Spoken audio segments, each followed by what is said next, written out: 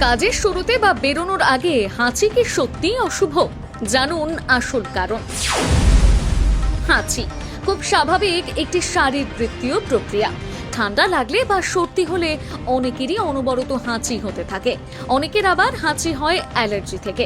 তবে এই হাঁচির সঙ্গে জুড়ে রয়েছে বেশ কিছু প্রচলিত ধ্যান ধারণা বা অন্ধবিশ্বাস। অনেকেই মনে করেন বেরোনোর সময় কিংবা কোনো শুভ কাজের সূচনায় হাঁচি পড়লে তা অশুভ। কিন্তু কেন হাঁচির সঙ্গে এমন ধারণা জড়িয়ে, দেখুন। প্রাচীনকাল থেকে আমাদের দেশে হাঁচি অশুভ বলে চিহ্নিত হয়ে এসেছে।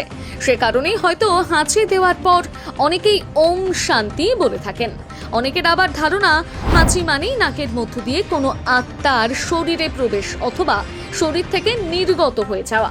কোথাও যাওয়ার আগে নিজে অথবা অন্য কেউ হাঁচি দিলেই ব্যাস, সঙ্গে সঙ্গে তা অশুভ বলে মনে খুঁতখুঁত করতে থাকে। এই অশুভ হাঁচির প্রতিকারকও আছে।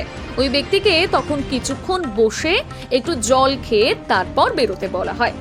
এর বাইরেও হাঁচি নিয়ে অনেক ধ্যান ধারণা আছে। অনেকে বলে থাকেন দিনের শুরুতে দক্ষিণ পূর্ব দিক থেকে হাঁচির আওয়াজ শোনা গেলে তা আপনার কাজে ব্যাঘাত ঘটাতে পারে। আবার এই একই দিক থেকে যদি দিনের পরের ভাগে হাঁচির আওয়াজ শোনেন তাহলে বুঝতে হবে আগুনের ভয় আছে।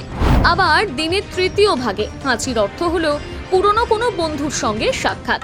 আর চতুর্থ ভাগে হাঁচির শব্দে আসে কোনো এক আনন্দের খবর। তবে এই সবগুলোই প্রচলিত বিশ্বাস মাত্র, এর কোনো বৈজ্ঞানিক ব্যাখ্যা বা ভিত্তি নেই। আসলে হাঁচি কোনো অশুভ বিষয় নয়, বরং হাঁচি আমাদের শরীর খারাপের দিকে ইঙ্গিত করে। মানে সর্দি বা অ্যালার্জি যে কোনো কারণে হাঁচি হতেই পারে। এছাড়া মনোযোগ দিয়ে কোনো একটা গুরুত্বপূর্ণ কাজ শুরুর ঠিক আগে আচমকা হাঁচিতে মনোসংযোগে ব্যাঘাত ঘটতে পারে। তখন একটু অপেক্ষা করে ফের মনকে শান্ত করে তারপর কাজ শুরু করতে বলা হয়। একইভাবে বেরোনোর মুখে কেউ হাঁচলে তা অশুভ বলে মনে করা হয়।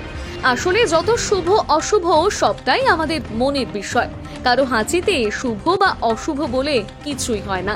ব্যুরো রিপোর্ট, আজ বিকেল।